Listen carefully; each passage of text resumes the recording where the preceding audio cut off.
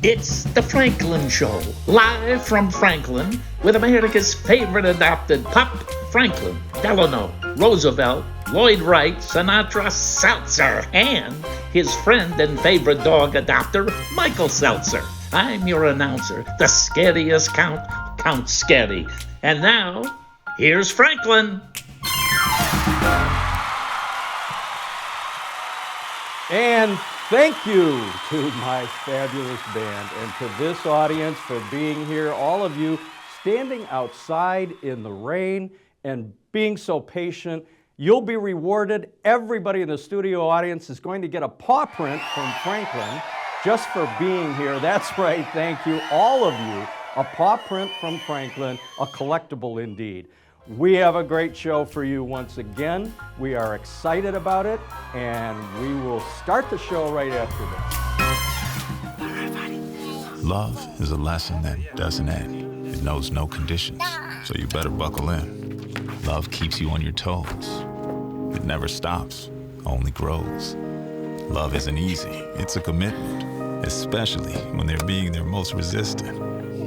Love is finding the right seat so you can take a breath. But remember, love isn't lax. It always double checks. Check that your kids are in the right seat at nhtsa.gov/the right seat.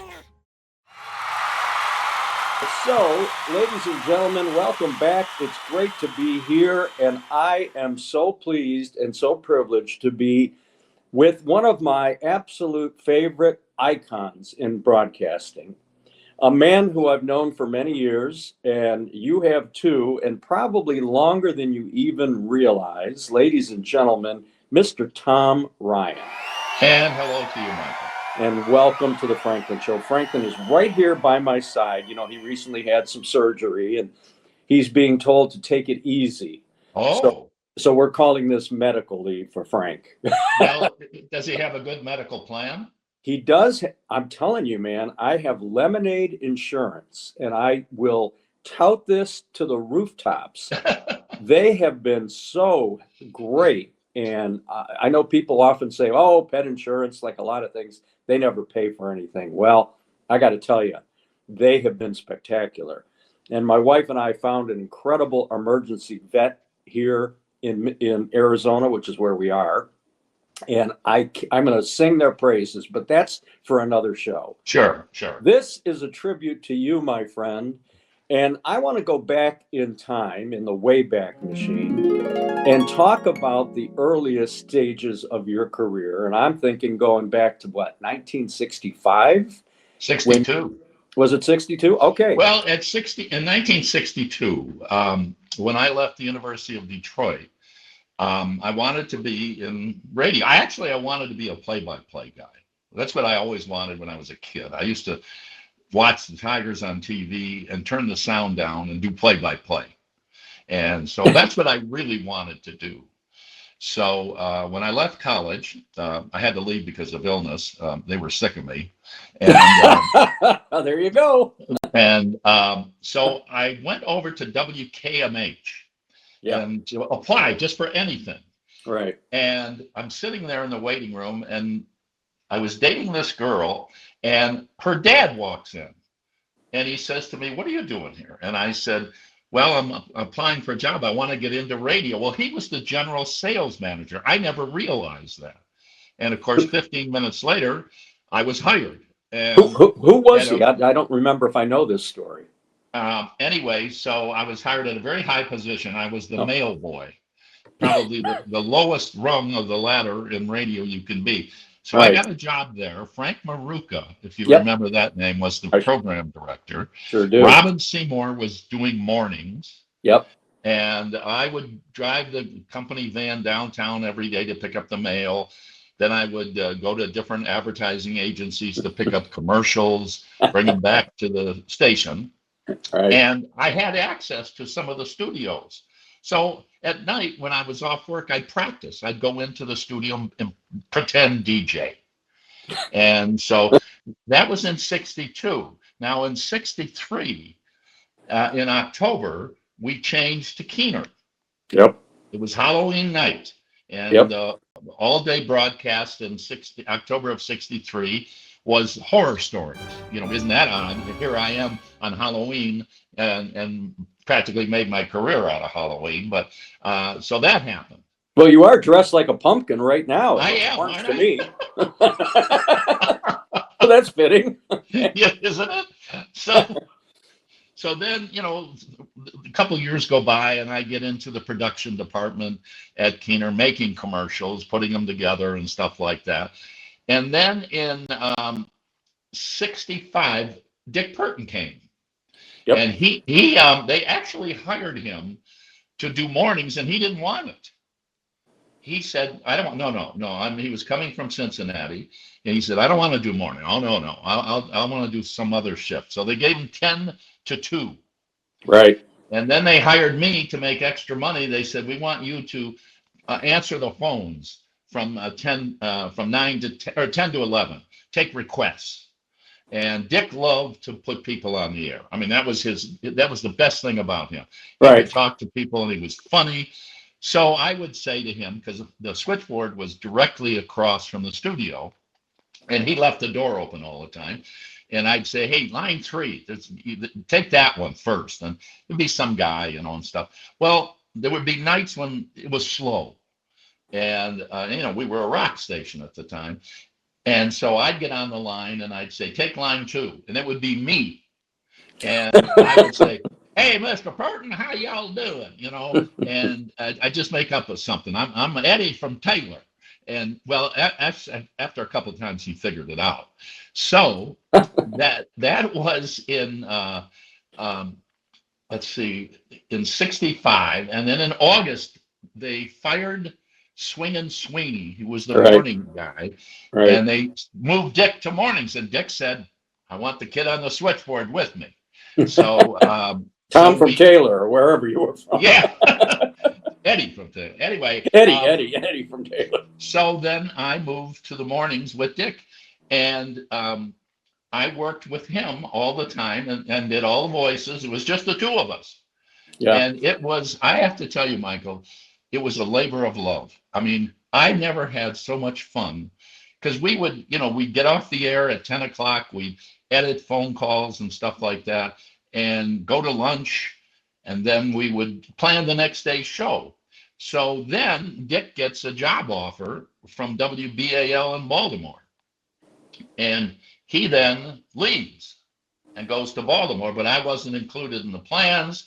So this is now 1967, and I get a job at Channel 50 as a writer in the promotional department. And yes. And I know. So one summer, Johnny Ginger was working at the station as a kid show host, but he was always late for tapings and this and that. And finally, they fired him. And they said to me, we want you to do this Sergeant Sacto show, Captain Detroit. Captain Detroit. Yes, and you will be Sergeant Sacto. Now, we have a Captain Philadelphia, a Captain San Francisco. Kaiser Broadcasting owned the station. Oh, right. I didn't realize it was a syndicated show. They had versions all over the country. And there was I think, I don't know if there was a Sergeant Sacto at each one, but there was a captain, So I said, okay, good. They said the show is an hour and a half long, and you are on 6 days a week. And you tape twice a week. You go in and tape. And so I came up with the costume and the salute.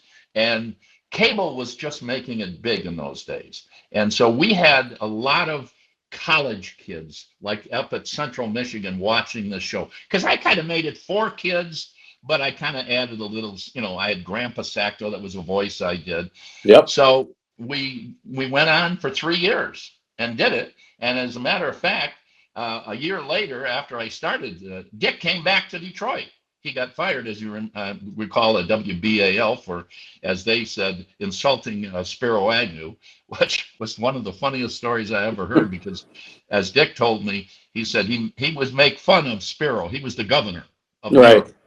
And Dick would call him Spiral Tax Agnew, because he was trying to do something. So they wanted a meeting. And now here was BAL, a 50,000 watt radio station, just what Dick wanted. He always said, I want to be on a 50,000 watt station. And he made it. Yeah. And so anyway, they had But in one of typical luncheon. career fashion, he got fired because he got fired from every station he ever worked at. No, I'm kidding. I'm kidding. I'm kidding. I know. We So love what Dick. happened was Agnew wanted a lunch with Dick Burton to talk about this. So they made a date, but Agnew never showed up. His people just showed up. Yeah. And they said the governor does not want you using the term spiral tax Agnew anymore. Do not do it. Well, that's the last thing you got to tell Dick. Right. So next day on the air, spiral tax Agnew. And so the general manager at BAL, they fired him. Yeah. And as Dick tells the story, the general manager said, and by the way, what do you think we ought to do with this radio station to make it more popular? So Dick comes back and he goes to XYZ and he hires me back. And so I'm doing Sergeant Sacto and I'm on WXYZ radio with him. And that was even better. We had more fun then. Right. Eventually we started doing, the put on calls, but that was later on. I then moved to also finish Sergeant Sacto after 3 years in 70 because they, were going in a different direction. So that was that part of it. So I also hosted the Michigan Lottery Show on Channel 4. And in With Aggie Usedley, right? Yes. I just pulled that one out of my hat. They hired me because I was good with numbers. Anyway, so what then happened was we moved to CKLW in 78. Herb McCord was the general manager of CKLW, and he had been in talks with Dick and I. He was very nice. I mean, I had never realized that my pinnacle was about to reach because when he negotiated the contract, obviously Dick got the money, most of the money, but I got a great raise. And Herb said to me, "Oh, you also get a car." I said, "What?" And he said, "Yeah, you get a car." And I'm thinking, wow, this is great. But he said, "You can't have anything better than I have," meaning Herb. Yeah. So I said to Dick, "What are you going to get?" And of course, when Dick and I first met, he had 2 girls. And he ended up with 6. And Dick said, "Well, I better get like a Chevy something or other, 4-door sedan, and because I got a family." And I said, "Geez, I don't want that." So I found out what Herb was driving, a Grand Prix. So I got a Buick, one of the nice Buicks. But I was thrilled to death. And CK, now we are on a 50,000. The Big 8, man. Oh my God, that was huge. That was so much fun. And again, it was so much fun because we made it fun. So Dick and I lived about a mile from each other, over off of Telegraph and like 15 and 16 Mile Road. And so one week I would drive to, Canada, and the next week he would drive. And you've never experienced fun when you're a passenger in a guy who passes in the tunnel. Because, I would pick him up because we went on the air at 6 and I would pick him up about 5:15 and I was in plenty of time. When he would pick me up, he'd pick me up about 5:45 and I'd say, "We're going to be late. The all-night guy will cover for us. Don't worry about it." So we would get to the border and we had our green cards and everything and we'd show it. And it was interesting. We rarely had the same custom guy twice.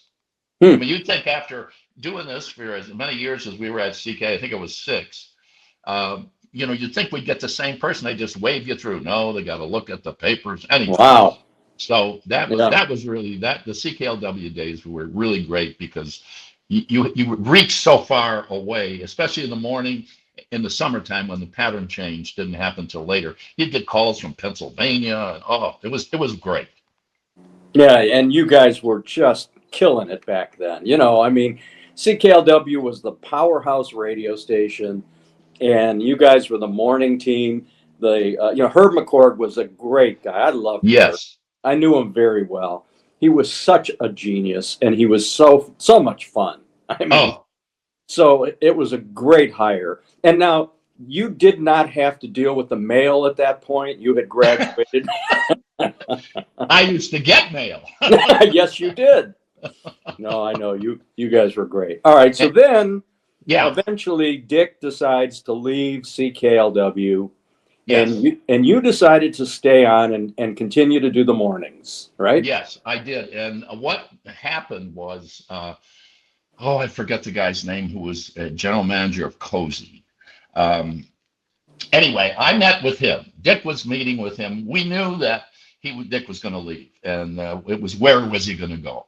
Yeah. So anyway, and I said, you know, I want to go, obviously go with you. And he said, I want you to come with me.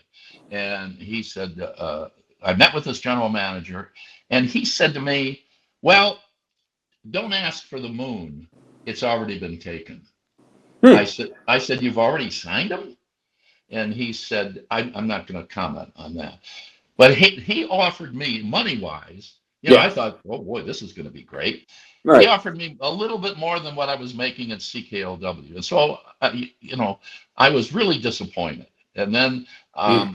the CKLW people came to me. Herb is gone by this time. He had retired and he is gone. So the CKLW people said, we want you to stay and Hmm. we'll give you this amount of money. And it was like, wow. Hmm. And so then I had said to Dick, you know, they're going to offer me this. And, you know, I can't turn that down. And then they also said, and we'll give you a car.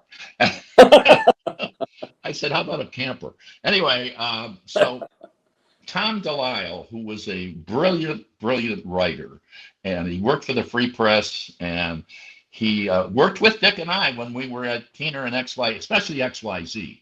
Yep. Tom was the creator of the skit we did at XYZ called the Wool Boys. Mhm. And he was a very, very funny, funny writer. He eventually went on to write for Richard Dawson and for Gary Shanley. So I talked to Tom because he was working with us. And I said, will you be my partner? And CK agreed. Hmm. And so for a year, I stayed at CKLW, and I knew we would never make you know, I'm not going to make the ratings what Dick had made them. You know, it's just not going to happen. But we were Right. okay. We were all right. Yeah. And then CKLW said, wouldn't this be a great idea? Why don't we go all news? And I said, what? And they said, well, we're thinking about going all news. Now, in the meantime, back in 82, when we were at CK, Count Scary came up.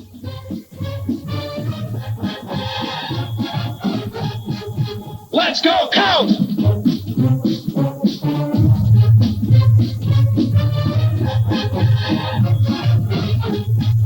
Let's go, Count!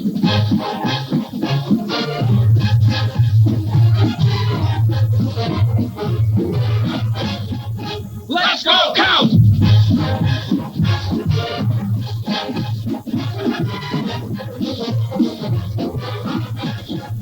Let's go, Count!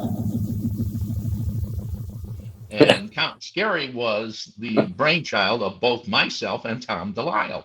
Tom Yeah. Delisle was a writer and producer at Channel 4. Channel 4 had gotten the rights to a 3D television movie. And they went to Delisle and said, come up with a way to show this movie. We need a venue for this movie. And Wendy's, we're partnering with Wendy's. They're going to give away the glasses at their drive-in places, and we're going to make a big deal out of this. Well, Tom and I were huge fans of SCTV that was on Channel 9, Right. and we loved Count Floyd. Count Right. Floyd was a character. I'm trying to think of the guy's name who played Joe Flaherty. Yep. And I said to Tom, why don't we do a crazy vampire, a bungling idiot vampire? And Tom said, yeah, that's not a bad, he's so good at that. And I said, because he always said, Flaherty always said, this is going to be a real scary movie. And he made a big thing. And I said, we'll call it the character Count Scary. I love it. And Tom and I said, great. We came up. It was, you know, he did all the writing. And actually, Michael, it was almost an ad lib show to a point. I was a huge fan as a kid of Soupy Sales. And Yeah. I used to love watching Soupy at lunchtime. And he'd walk right up to the camera, you know, and he'd mug the camera and this and that. So I took a lot of the mannerisms that Soupy did, and I used them in Count Scary. And it was, I got a call one time after the show was a huge success. I got a call one time from SCTV. And I'm at this point in my career, I'm at WMC now. And gal says, I'm so-and-so from SCTV. I said, uh-oh, are you going to sue me? And she said, well, we thought about it, but we're not. And she said, could you send us, in those days we had videotapes, Right. those big cassette videotapes. Could you send us a copy of one of your shows? And I said, sure, I'll be glad to, more than happy. And she Right. said, okay.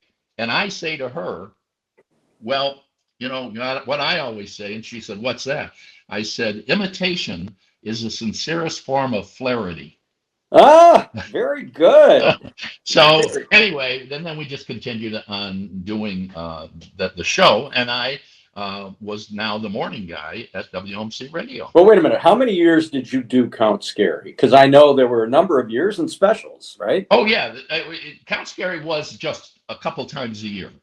So we started in '82, and I think we went, and I then did them on the radio all the time. Yeah. So I think we did them 5 or 6, 7 years. There was a couple of years. Once Channel 7 asked permission to use the character when Channel 4 stopped using them. Then we did Channel 50 used them in Halloween week. We would show a bunch of, they always had to get permission to use the name. So and then I did a show with the Ghoul. Ladies and gentlemen, welcome to the UPN 50 Halloween Spectacular Mass Terror Piece Theater, starring Count Scary and the Ghoul, who will battle it out for the coveted title of Best Detroit Horror Movie Host as they present the cult horror classic Night of the Living Dead. Now, let the competition begin. Here he is, the one, the only, the Ghoul. The two of us did a show back. We co-hosted a show. Well, that whole genre was so much a part of our nostalgic past. I grew up, as you did as well, with Sir Graves Ghastly on TV2. Yeah. He was legendary in the same vein. And then, of course, you move along, and then the Ghoul came along, and he was a whole nother phenomenon. There's a guy named Sven Gulli on MeTV now on Saturday nights. It's the same bit. Well, and 1 year, before I, got into all this, I went as a Halloween party. Do you remember Sid Noel? Yeah. Morgus. Right. Wasn't he Dr. Morgus on? Right. I went to a Halloween party dressed as him. Right. And wait a minute, Morgus was the TV weatherman on TV2. Channel 2. Yeah. So there was all of that craziness, but you really took it up several notches. And, kudos to you, even though you were emulating Flaherty and Second City TV, you created your own character, and it was, much beloved and remembered to this day. And so another in the chapters of your life. Really great. Well, and then there was the TV show Hamtramck. Do you remember that? Oh, yeah. That was a brainchild of Tom DeLisle. And it was supposed to be a series of shows about a family growing up in Hamtramck, and about the father going away to the war, coming back. And I mean, it was funny. It was a funny show. Yeah. And we did the first show, and it was a huge success, and it wasn't. What happened was Tom had asked the Channel 4 people to name it East Side, West Side. And the gist of the story was my daughter, who was at that point, she was married in real life to Bob Seger. Annette Sinclair was her name. She was beautiful. I was the father of the family.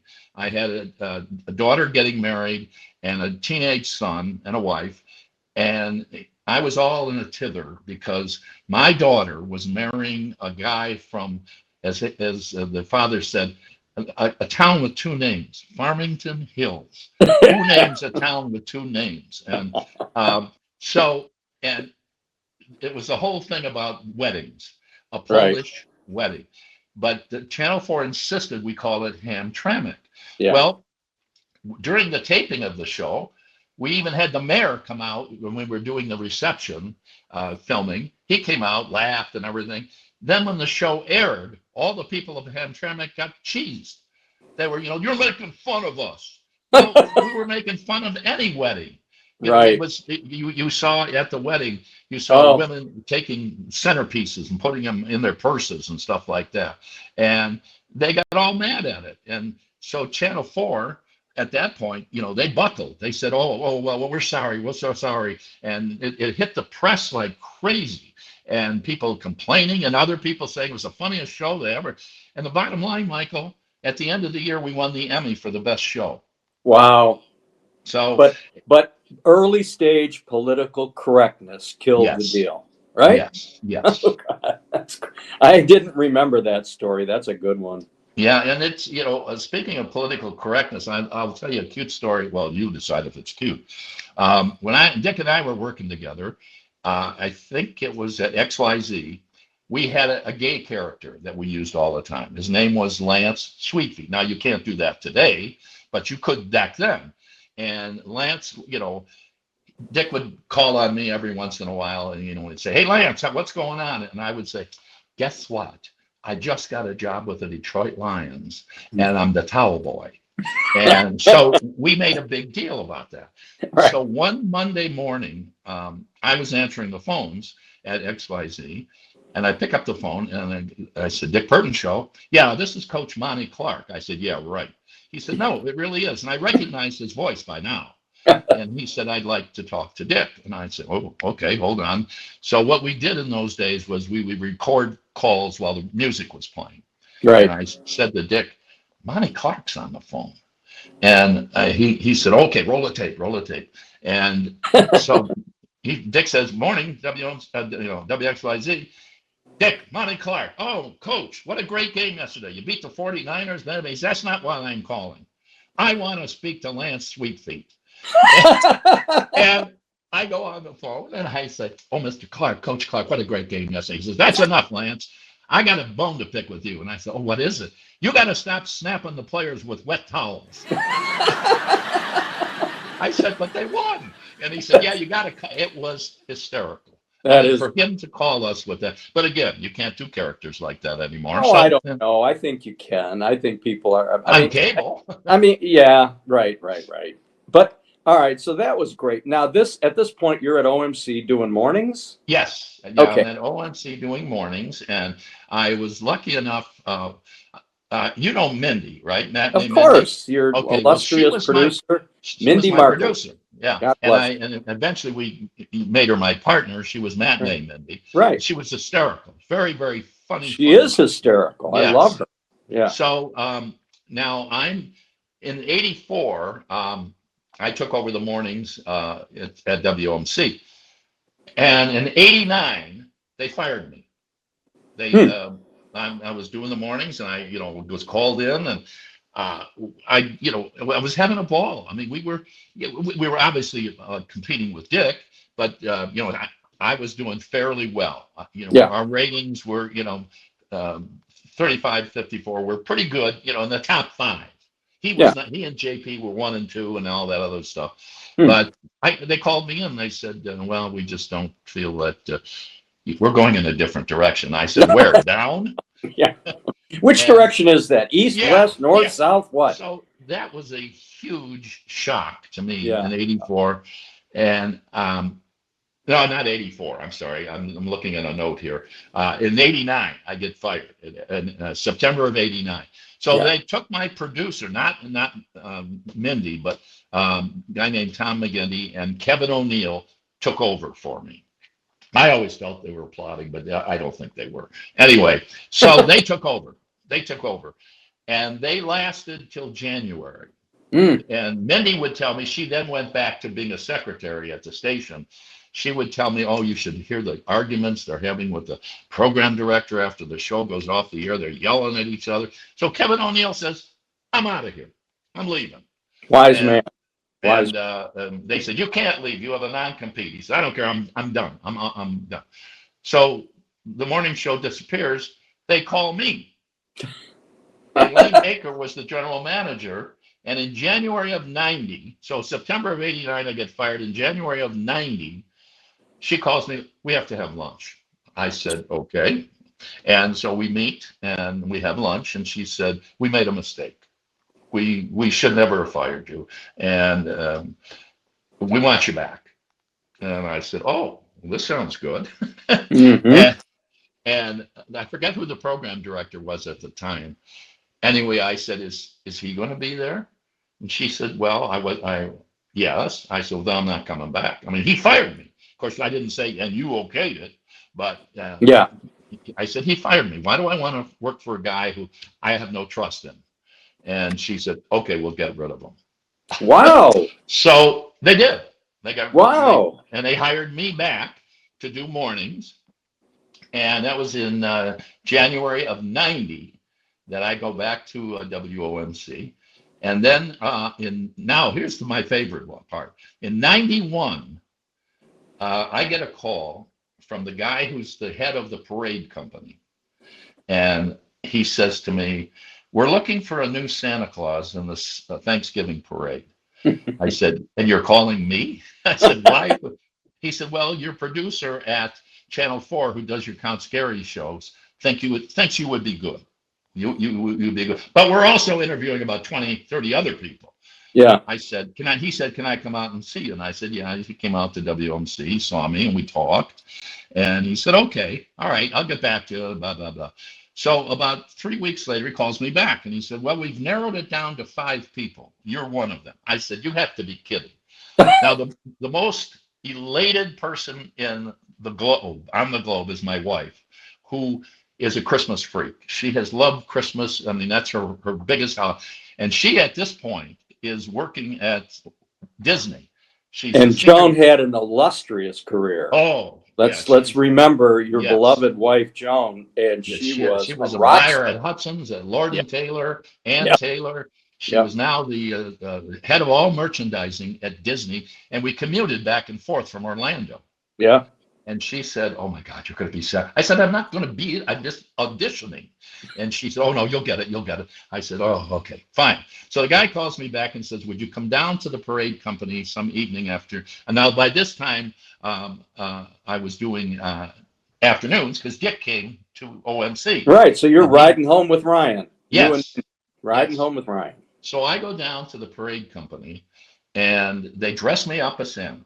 And they said, there's a board out there. There's 5 people sitting at the board. And just go out and do what you think Santa Claus would do. I said, okay, fine. So I go out and I walk around dressed as Santa Claus and all. And how you doing? Merry Christmas. And as I said, and afterwards, the guy whoever it was, the head of the board said, we want to thank you so much for coming down today. Yeah, out of your busy day. Thank you so much. It was the classic brush off.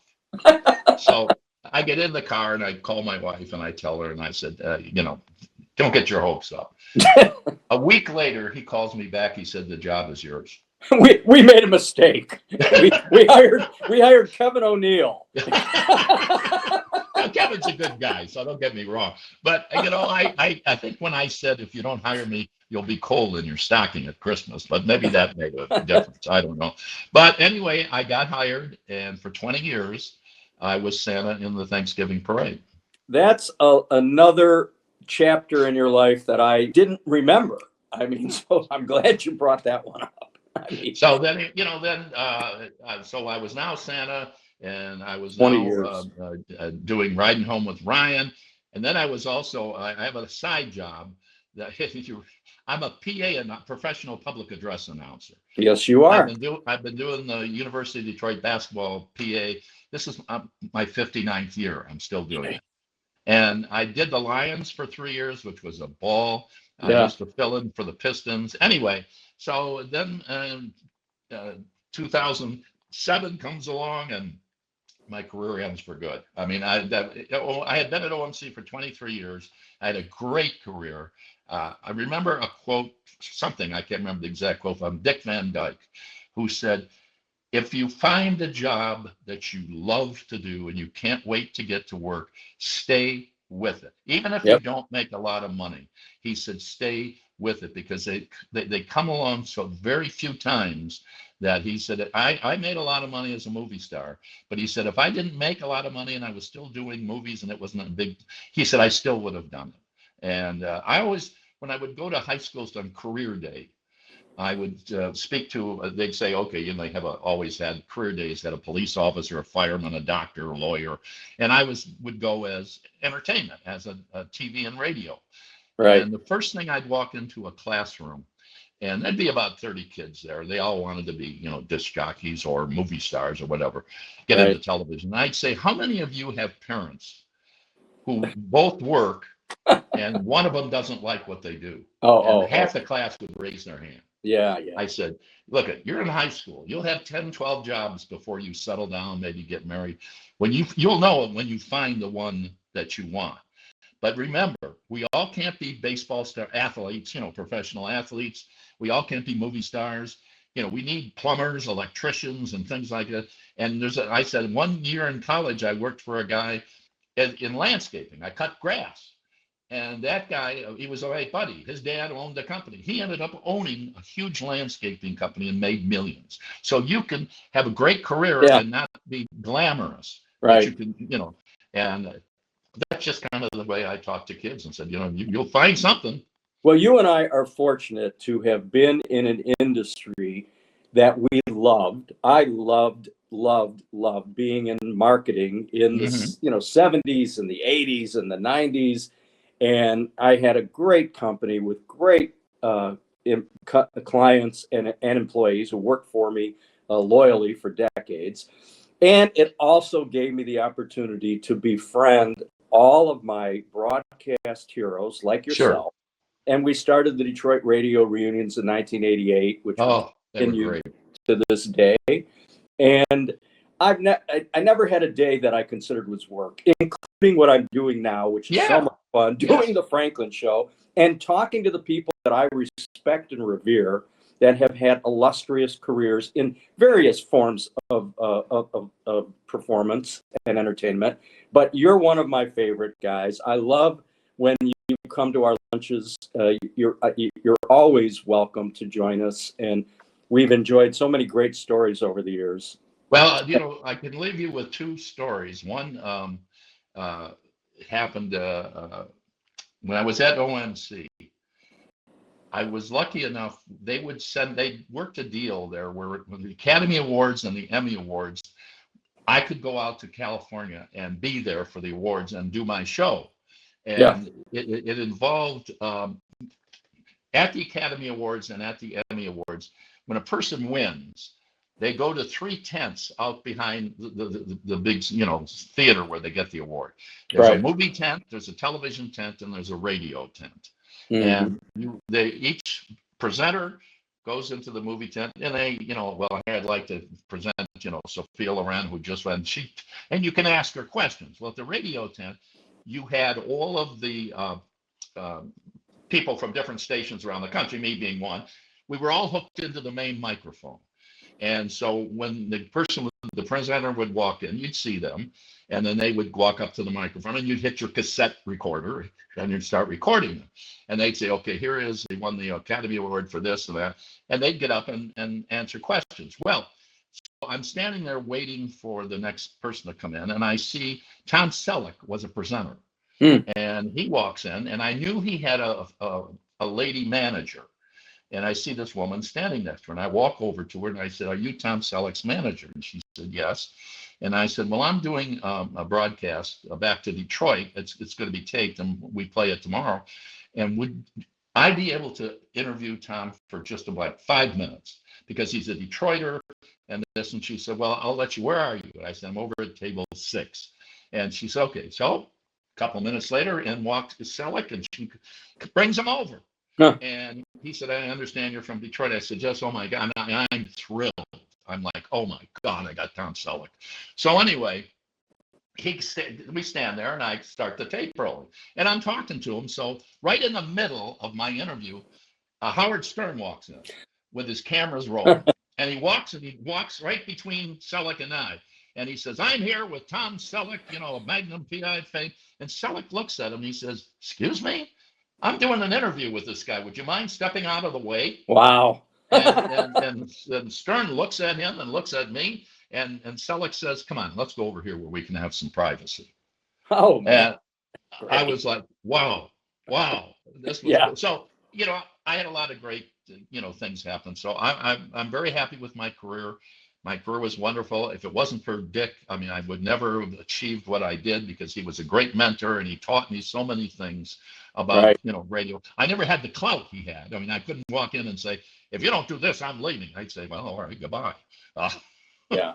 No, but you So- were a big part of his illustrious career. We just did an hour-long tribute to Dick in front of a live studio audience on our Mhm. anniversary show. I saw that. And I know, and I definitely wanted you to be a part of that, but we had a cast of characters, which was great. Oh, yeah. And, Dick is such a humble and just an absolutely a gentleman in He all is. respects. And for you and he to have had that partnership for so many years and to have forged that relationship in a very competitive industry, my God, at that time where you were doing mornings and he was doing mornings, you could have become bitter enemies over that. Oh, yeah. Like Joan Rivers leaving Johnny Carson and doing her show on Fox killed her career. Well, it didn't kill her career, but No. Carson would never speak to her again. So the fact that you and Dick, I see you guys together and you're still palling around. It's Oh, just yes. great. I see him every Super Bowl Sunday. He's got a place down in Naples. And, Yes. we get together. We have a ball. I have no animosity at all towards him. He's a great talent, and he taught me so much. That's right. No, I agree. And I was just going to say, that's kudos to you and to Dick for putting aside those kind of competitive issues that everyone has to deal with. Sure. I just am so in awe of your talent. You're a great guy. You're philanthropic. You're fun. You're funny. And going from radio to Sergeant Sacto on Channel 50, back in the days when Channel 50 was brand new with that little round antenna that you had, the VHF or UHF antenna that you had. Yeah. Who the hell was watching? But you had a presence, and then becoming Count Scary, another memorable event in your career, and of course Santa Claus. So Yeah, it was great. God bless you, Tom. I just think the world of you, and I look forward to seeing you again live and in person when the winter is over and the thaw begins. You're spending most of your time up in northern Michigan, right? Well, I'm up in Harbor Springs right now, but you left out one other great accomplishment. I made the Franklin show. Oh, well, that goes without saying, and we are so proud to have you, truly proud. So I just, I want to thank you for being here today. I'm glad we were able to make this happen. There was a wonderful story in the paper recently about your Count Scary character. Oh, yeah. And that's what reminded me, oh my God, I've got to get a hold of Tom and do a tribute to Tom. So this is a pleasure of mine, and Frank is right here listening in. And we look forward to seeing you again, as I say, when I return to Michigan, and I'll be up in northern Michigan most of the time in the summer. We'll get together for sure. Okay. All And right. remember, that's scary. Thank you so much, my friend. Great Okay. to see you. All right, and a Michael. Sergeant Sacto salute to everybody. A double pumper. Double pumper. Thanks, Tom. All right, folks. We'll be right back. Stay tuned for more riveting entertainment right here on The Franklin Show. Be right there. Wait.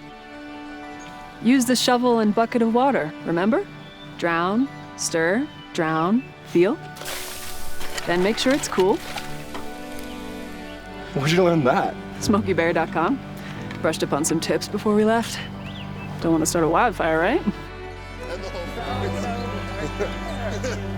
Only you can prevent wildfires. Well, folks, thank you so much for tuning in, and thank you to my great band, my fabulous announcer, this entire great studio audience, and all of the technicians that work so hard every week to make The Franklin Show the most entertaining and award-winning show on television. God bless you all. See you next week, right here on The Franklin Show. Thanks, everybody.